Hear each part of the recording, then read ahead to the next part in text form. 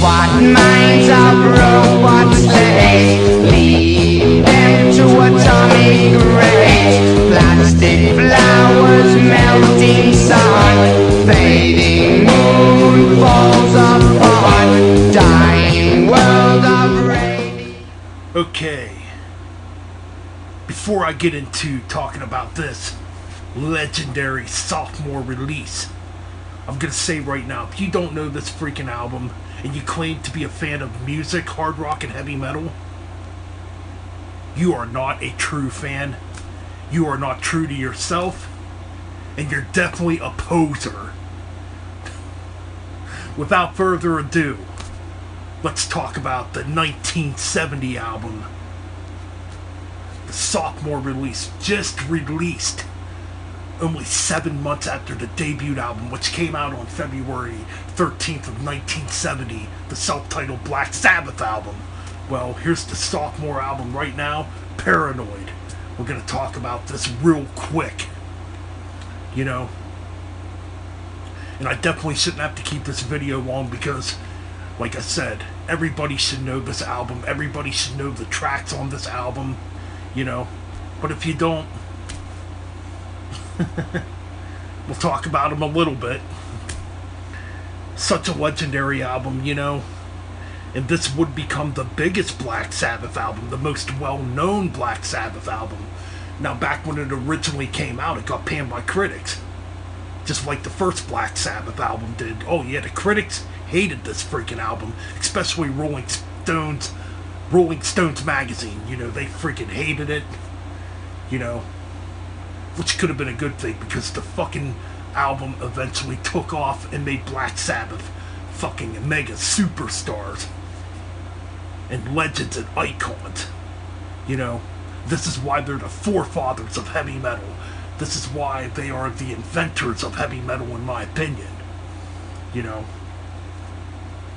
Of course, anybody who's a true Black Sabbath fan knows about the backstory with Tony Iommi, you know, and his accident, you know, where he got the tips of his fingers cut off, you know, when he was working in a machine factory. And, you know, he had to put, like, some type of thing on his fingers, you know, to be able to play guitar. So, you know, this is pretty much why Tony Iommi would use power chords, because it was much easier for him, which created basically that heavy metal sound, you know, those power chords.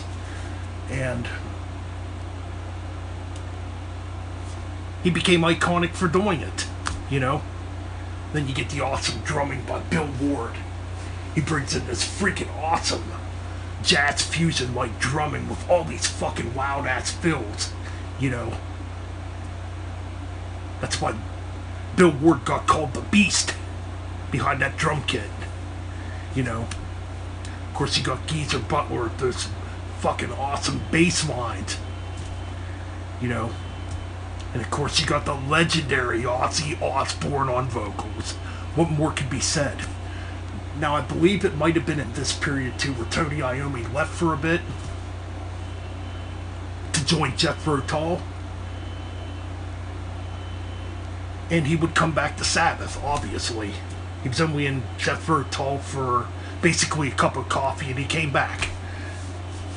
It was either in this period or maybe it was on the first album. I kind of forget right now. But anyways, let's just get into the tracks. War Pigs opens it up. Now this track was originally called Walpurgis. I'm probably fucking up the pronunciation on that. Now the original version of this track dealt with Satanism.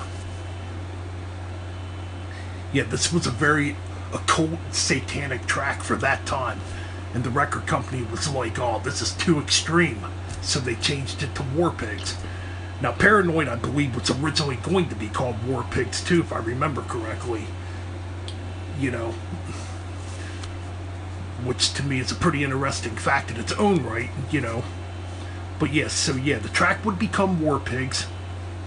You know, the track still had a very dark subject matter because, you know, it was about pretty much the Vietnam War and the corruption of government, you know.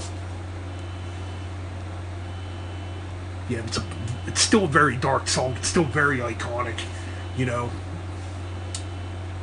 The band I used to be in, we used to cover this track, or we were trying to cover it. You know, it's a shame we never got nowhere with it. I think we would have done a killer job covering this track, you know, the band I was in at the time wouldn't have broke up. But what can I say? War Pigs is very iconic. Very iconic. Moving on, you know, we got the title track, Paranoid. Now, this track was written at the last minute. It's a fast-paced track. You know, in my opinion, it's actually the weakest track on this album. And it's really the only track I'm burned out with and sick of. You know. Yeah, there's not much to say about Paranoid, you know. It's kind of weird, too. When Paranoid came out, a lot of people didn't even know what the fuck Paranoid meant. Which I find to be kind of weird. And of course, you know, the album would be called Paranoid. The only thing I'm going to say negative about this, when we talk about Paranoid, that album cover. Yes, we all know it, but that is one terrible album cover. Now, Black Sabbath was never really known for having, like, artistic album covers, you know, to begin with. But yeah, that album cover, it's like a ninja with a samurai sword. That's what it looks like to me. But anyways, you know, back to the tracks. I should have mentioned too, like, War Pigs, for some reason, like on certain versions, it's called War Pigs Luke's Wall. Which I guess Luke's Wall would be like the jam part of the track, if I were to guess. Different. Anyways, let's go on. Okay, Planet Caravan is next. Very melodic, very psychedelic sounding, very bluesy sounding. Now this track, a lot of people think it's Bill Ward actually singing on it. No, it's not. It's Ozzy. It's definitely Ozzy. You know. I mean, it's definitely a different vocal style for Ozzy, that's for sure, because you never really heard him do this type of vocal style after, you know, he left Black Sabbath, you know what I mean? Or was fired from Black Sabbath. Nothing really to say. Pantera does an excellent cover of it. Let's move on. Okay. Now we're up to Iron Man. Yes, Iron Man. The very first Black Sabbath song I ever heard. And it's ironically strange how I probably heard this as a kid. You know, I was about 5, 6 years old when I first heard it. And I first heard it on AWA Wrestling as a kid. You know, which is kind of weird. Because y'all know the tag team, the Legion of Doom, the Road Warriors, Hawk and Animal. They used to come to the ring to Iron Man. And as a kid, I'm already like in awe over this tag team because I think they look so cool. You know. And hearing that Iron Man track, I'm like, yeah, that sounds cool. You know, when I'm a little 6-year-old kid, you know. Not knowing what Black Sabbath or Ozzy Osbourne is yet. But that's an interesting fact. Anyways, let's go on to the track. The track's iconic. It's legendary for a reason, you know. Yeah, this could be one of them tracks, too, that suffers for burnout. I used to be very burned out with this track. But since I don't listen to classic rock radio much anymore, or if at all anymore, I don't get to really hear it much anymore. So every time I do put on Paranoid, it's kind of refreshing to hear it again, you know. Even though I have roughly like 36 years under my belt with this track, it's still cool to go back to, you know.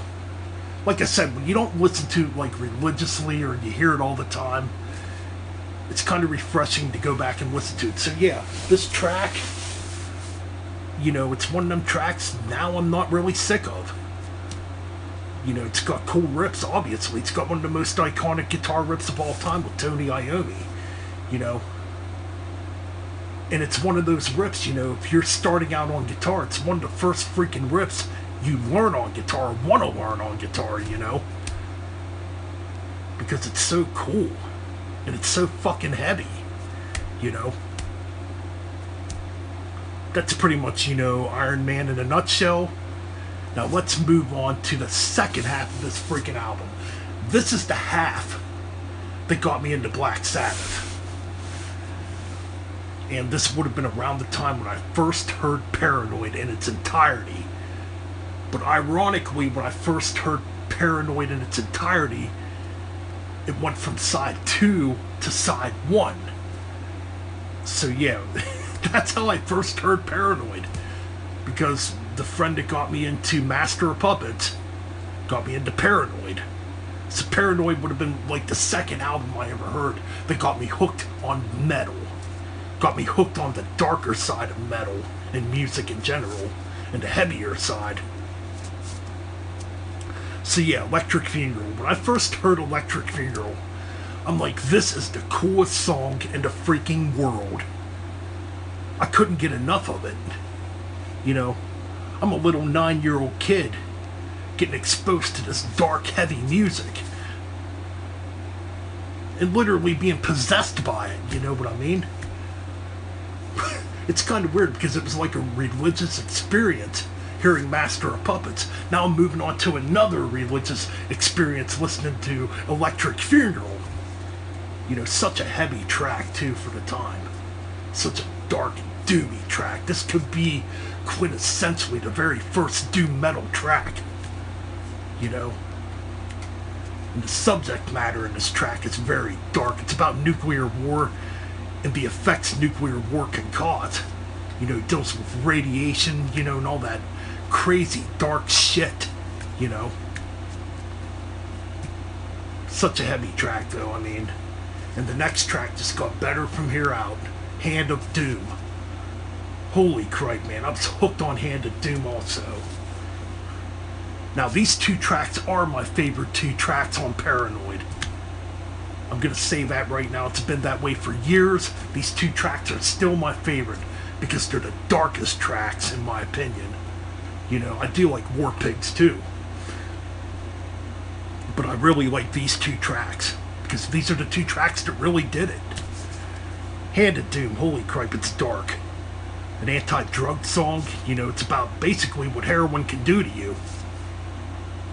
Now, another interpretation I get, it could be about a soldier coming back home from Vietnam and becoming addicted to heroin, you know.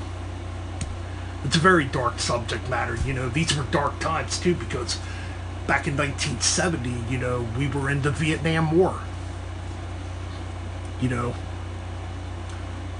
the threat of nuclear war was in the sky back in 1970. Nobody knew if this planet was going to last.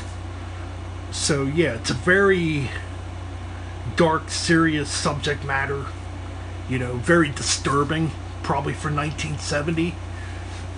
But you know what? That's where we got all this cool music. Because of these dark subject matters and these dark riffs. Anyways, moving on. we go into Rat Salad. Rat Salad, being just an instrumental track, I believe in some versions it's called Jack the Stripper too. Really weird. They used to put these little weird song titles in their little instrumental interludes, So yeah, Rat Salad, Jack the Stripper. It's just an instrumental track. It showcases Billboard's excellent drumming, though. Holy cripe. Just cool stuff, But then it builds into Fairies Wear Boots. Again, another killer track to end the album. Like, you get the doom and gloom at the end, right? You get the doom and gloom, like in the middle of the album. Well, with War Pigs too. But at the end, you go into Fairies Wear Boots, where it's more of like a psychedelic drug type of track. You know what I mean? So yeah, Fairies Wear Boots, it's definitely about getting high, obviously. About smoking and drinking. But no, the musicianship in this track is fucking cool too. I mean, some very good Tony Iommi guitar solos, some great atmospheric riffs, great bass playing by Geezer Butler,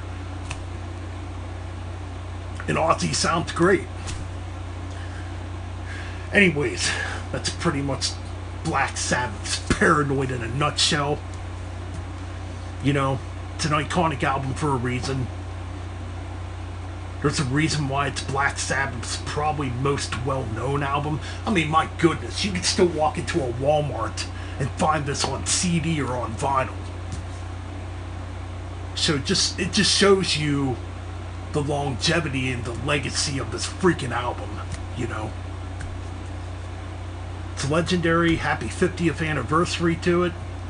And by the way, before I end this video, also on September 18th, 1970, we lost one of the all-time greatest guitar players of all time, Jimi Hendrix. On that day, the Paranoid came out.